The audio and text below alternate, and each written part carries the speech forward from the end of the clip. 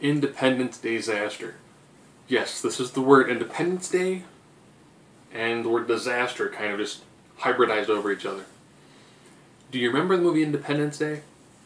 The Will Smith movie where he fought aliens in triangle-shaped ships? That had a lot of bizarre, glaring plot holes. Okay, do a remake of that.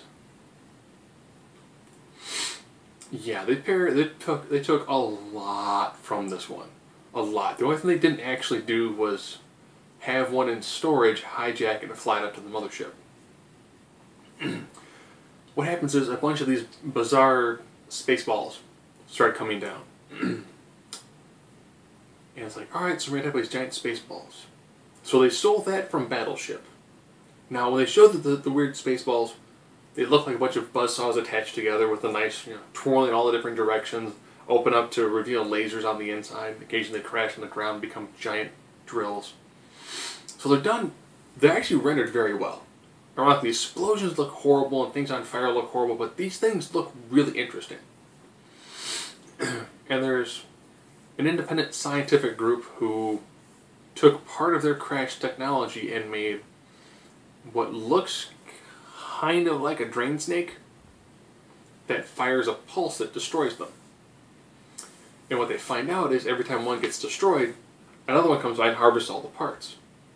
Okay, so you have that part going on while the president's helicopter gets shot down, so then he finds his way to where there's essentially an expert hacker who has insane level of equipment inside a barn, who tries to get a hold of the Pentagon and all the Joint Chiefs, be like, listen, we don't know enough about them. So of course they launched the standard military offensive. Offensive fails horribly.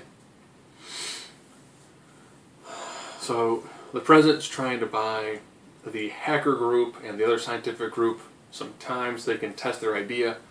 Their idea, of course, is to have someone get sucked in with the wreckage on one of the seeker ships to go back up to the mothership to then use their emitter cannon to knock out the main ship, which would therefore take out all the other ships, while trying to simultaneously have that happen while a nuclear warhead gets launched from the United States. They pretty much launch their whole payload up into the sky, most of which gets destroyed. They then try to sync up perfectly someone being captured, being on the ship, attaching the emitter to the main power supply of the ship to give enough juice to knock out the mothership just in time for a nuke to hit it. That is your whole movie. Oh, and spoiler at the very end, there's a lot more motherships.